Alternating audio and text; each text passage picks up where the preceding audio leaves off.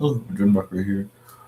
Today we're going to be doing Quine, Fast Color, and the Headmistress of the Majhik Jhiage Institute of the Cornerstone, which is a story of, actually, it's a web saga by me. I'm going to be doing comic books. I'm going to be doing the video animations. I'm going to be doing the whole nine. We're doing short novelettes and like compilations that way. So I'm going to get to one of the main characters and kind of some of the inspirations behind that character as it relates to when I was in school. I was in school for philosophy.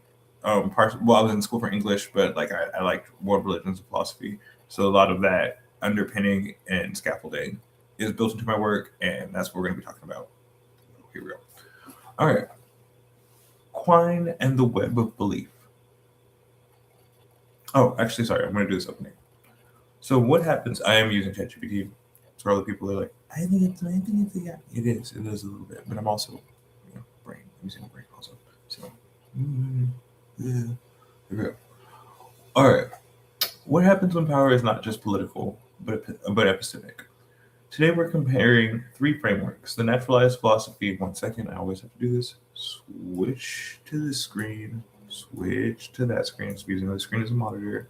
So I'm actually looking at the people I'm talking to in the future. All right. Today we're comparing three frameworks: the naturalized philosophy of W.B.O. Quine, the drought-stricken world of Fast Color, and the figure of the headmistress in the Majhik Jhiage Institute of the Cornerstone. The goal is to understand how power operates not simply through force, but through control of meaning, legitimacy, and system coherence. Quine in the web of belief. Quine argues that knowledge is not built on unshakable foundations. Instead, it exists within a holistic web of belief. Scientific claims, moral ideas, and social assumptions are interconnected. When one strand shifts, the entire structure adjusts. Power, under this model, belongs to whoever stabilizes the web. Authority is not metaphysical, it is systemic. Institutions define what counts as knowledge, which in turn determines what counts as legitimate action. In a crisis, especially one involving scarcity, this web tightens. Hierarchies harden, centralization increases. Section 2, Fast Color and Resource Hierarchy. In Fast Color, drought restructures society. Water scarcity creates centralized power. Scientific institutions attempt to capture Ruth and convert her abilities into usable infrastructure. Her body becomes a resource. There are two competing webs operating in the foam: the extractive institutional web, which treats power as energy to be harnessed, and the relational familial web, which treats power as inherited knowledge embedded in community. The state defines legitimacy through laboratories and surveillance. Ruth's family defines legitimacy through lineage and lived memory. The institutional web attempts absorption. It wants to integrate anomaly without restructuring itself. But the film shows that ecological restoration does not come from centralized authority. It comes from reintegration with relational knowledge systems.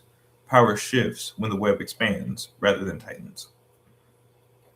My central character, her name's Amde. Her actual name, is a telepath, but she's like a universe level telepath in the vein of Jean Grey, and um, she has to deal with that frequently because she's aware of how someone's thoughts within the entire like web slash matrix can affect the future, and so she's making these calls to like pull people out and bring them to the institute based on what she can foresee happening. But like that comes with its own, because in that way she's ensuring that the web inside of the, because the universe writing is coaxial. She's ensuring that the web stays able to expand for everyone else, but she's doing it by tightening the web for these select individuals that are brought to the institution or the institute. And so then that's why that's where that's relevant in the story. I'm going to get into that more in just a second here. So the headmistress of MJIC, which is Majhik Jhiage Institute of the Cornerstone, I'm right over that, George Mockery. Now consider the headmistress within the Majhik Jhiage Institute of the Cornerstone. Unlike the institutional forces in Fast Color, the headmistress does not merely control knowledge, she curates it. She engineers epistemic architecture. Where Quine describes the web, the headmistress actively designs it.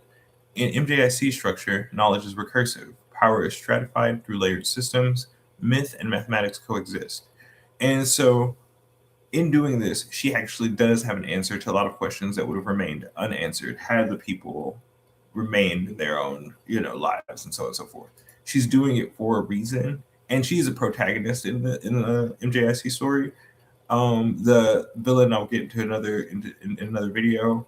But she is like a good person. She's doing this for a good reason. Um, but it is a big job. It is a hard job, and that's why I wanted to like focus and centralize it on a female character, because I feel like her intuition for how to do it is inherently like it reminds me a lot of the women I was raised around. Um, this is a key difference. In Fast Color, institutional power seeks to contain the anomaly. In MJIC, the headmistress institutionalizes anomaly as curriculum. The institute does not deny hierarchy, but it renders hierarchy transparent.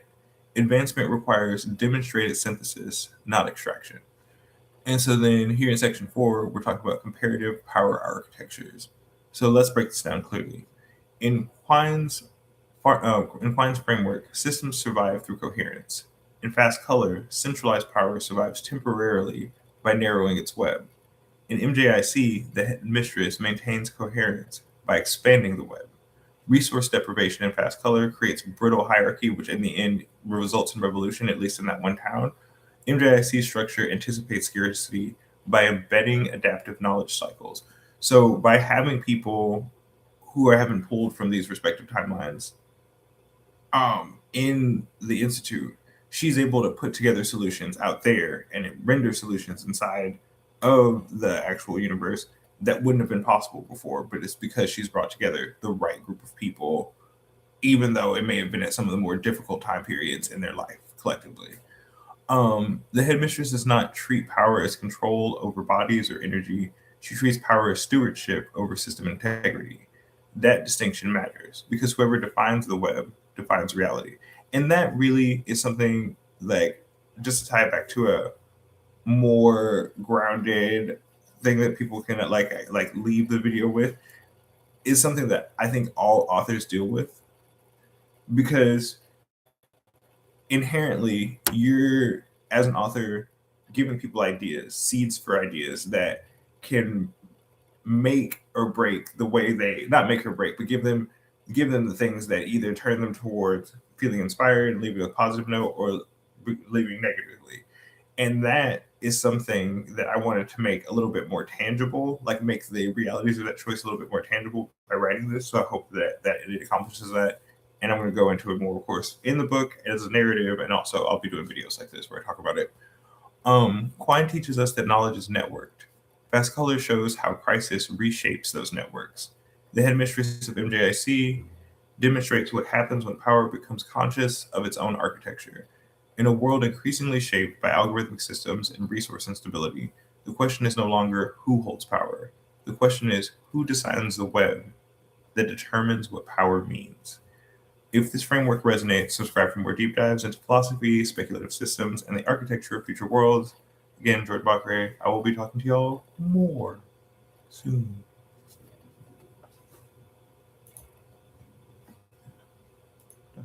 8 minutes, 42 seconds.